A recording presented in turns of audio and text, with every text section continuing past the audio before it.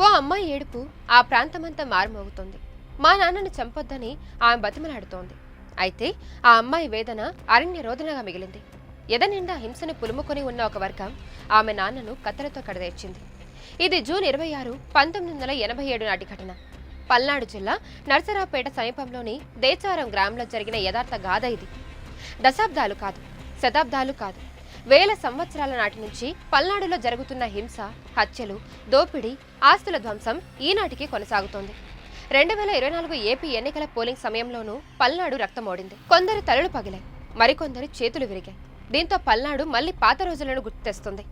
అసలు పల్నాడులో ఇంతటి రక్తపాతానికి, ఫ్యాక్షన్ గొడవలకు కారణమేంటి? పల్నాడులో పరిస్థితులు ఎందుకిలా ఉంటాయో అర్థం చేసుకోవాలనుకుంటే గతాన్ని తెలుసుకోవాల్సిందే. 12వ శతాబ్దం నాటి పల్నాటి యుద్ధం నుంచి కోడెల శివప్రసాద్ ఎపిసోడ్ వరకు అంతా అర్థం చేసుకోవాల్సిందే.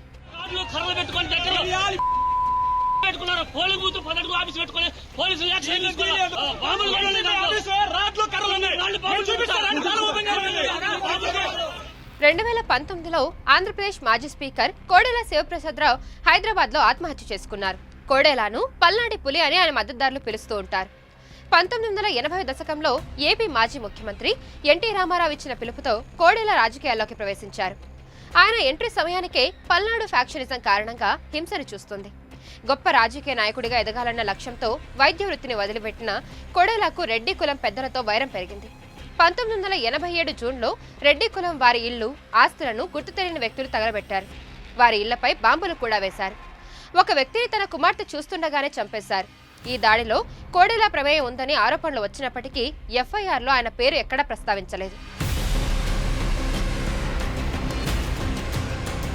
1999 సార్వత్రిక ఎన్నికల్లో కోడెల సిట్టింగ్ మంత్రిగా ఉన్నప్పుడు ఆయన ఇంట్లో బాంబు పేలింది.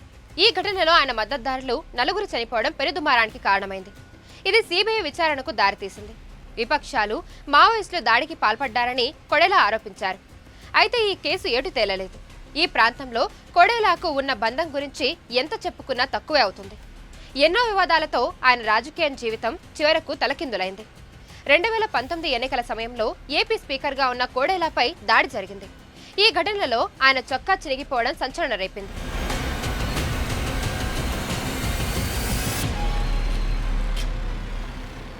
పల్నాడులోని వివిధ ప్రాంతాల్లో ఒకవైపు కోడెల ఎపిసోడ్లో కమ్మ వర్సెస్ రెడ్డిగా ఉన్న యుద్ధాలు కొనసాగుతూనే ఉండగా, మరోవైపు రెడ్డి వర్సెస్ రెడ్డి ఫ్యాక్షన్ గొడవలు రక్తపాతాన్ని సృష్టించాయి.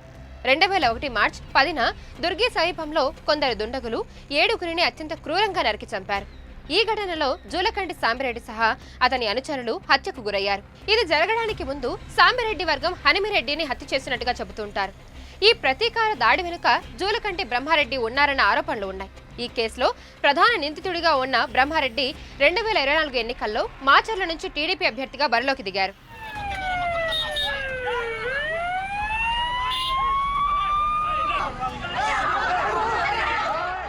నిజానికి పల్నాడు జిల్లాలోని నర్సరావుపేట, చిలకలూరిపేట, పెద్దకూరపాడు, సత్తెనపల్లి నియోజకవర్గాల్లో ఫ్యాక్షన్ ప్రభావం తక్కువగానే ఉంటుంది.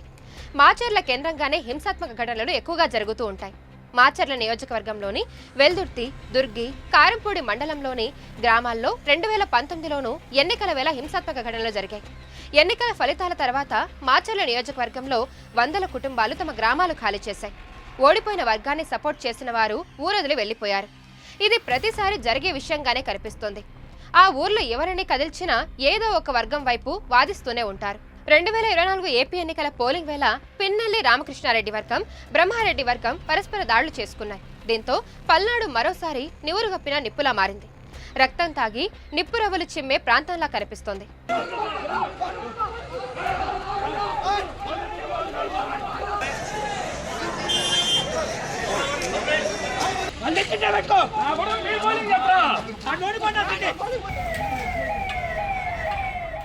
నిజానికి పల్నాడు చరిత్ర ఫ్యాక్షనిజంతో చెడిపోయి శతాబ్దాలు దాటింది. ఒకసారి క్రీస్తు శకం 1185 నాటి రోజులకు వెళ్దాం.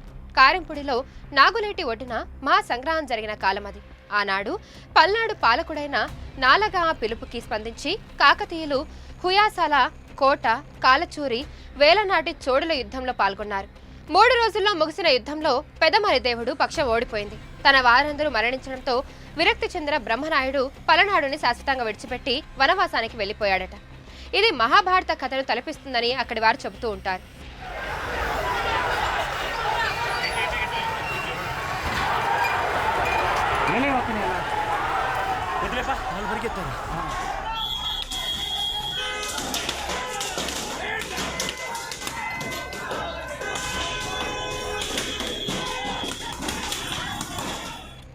పల్నాడు ప్రాంతంలో అత్యధిక హింసలకు ప్రధాన కారణం వెనుకపాటుతనంగా చెబుతూ ఉంటారు సామాజికవేత్తలు.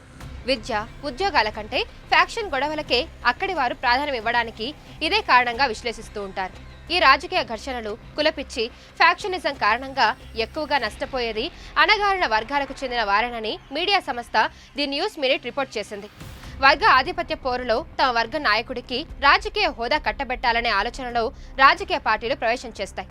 ఒక్క వర్గం ఒక్కో రాజకీయ పార్టీని ఆశ్రయించాల్సిన తప్పనిసరి పరిస్థితి ఏర్పడుతుంది. పల్నాడు నెత్తుటి కథ కూడా ఇదే నిజమని చెబుతోంది.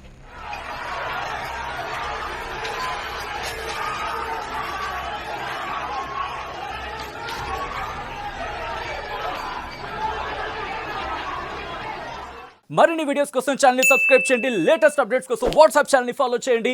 అండ్ లింక్ డిస్క్రిప్షన్ లో ఉంది.